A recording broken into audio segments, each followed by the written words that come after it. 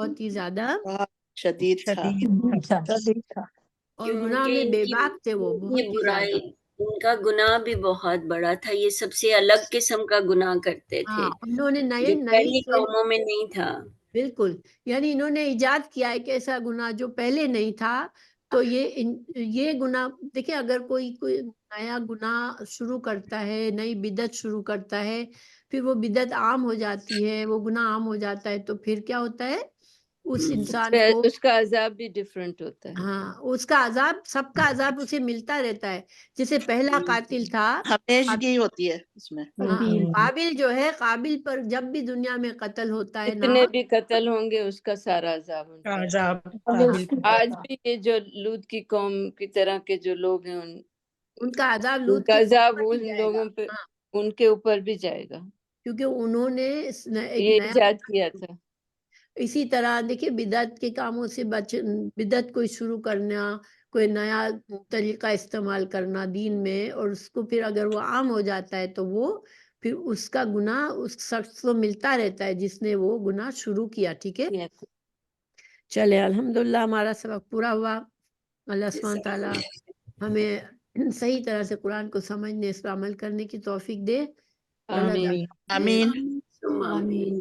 آج دنیا میں جزاک اللہ. بہت کچھ دیکھتے ہیں جو بڑا دل تنگ ہوتا ہے کہ یا اللہ، یہ لوگوں کو کیا ہو گیا ہے کہ معافی مطلب دے. اب گناہ میں بے باکی ہو گئی ہے. ٹھیک ہے، ہر طرح کی گناہ ہے اور میں بے باکی ہے. گناہ لگتا نہیں. تو اور پھر اس کی قباحت، گناہ کی قباحت لوگ محسوس نہیں کر سکتے. تو اللہ ہمیں محفوظ رکھے. آمین. اور دیکھیں کسی گناہ کو چھوٹا سمجھ کر اگر آپ کا دل کھٹکتا ہے کہ یہ کام مجھے نہیں کرنا، اس میں شاید میرے لیے گناہ کا کام ہے، یہ اللہ ناراض ہو سکتا ہے، تو پھر اس کی طرف اس کو ہلکا نہ سمجھے. ٹھیک ہے، اس سے ہٹ جایا کریں. چلے انشاءاللہ ہم ختم کرتے ہیں. سبحانک اللہم بحمدک، اشہد ان لا الہ الا انت، استغفرک و اتوب الیک.